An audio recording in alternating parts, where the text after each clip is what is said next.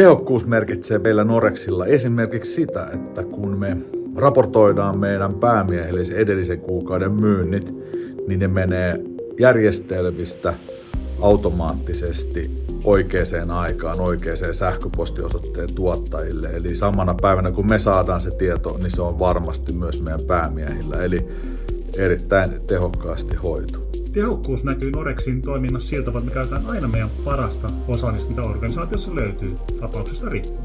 Ravintolamyynnissä me käytetään meidän tiimin parasta osaamista ja vahvuuksia niin, että asiakas saa aina parhaan mahdollisen ratkaisun meiltä.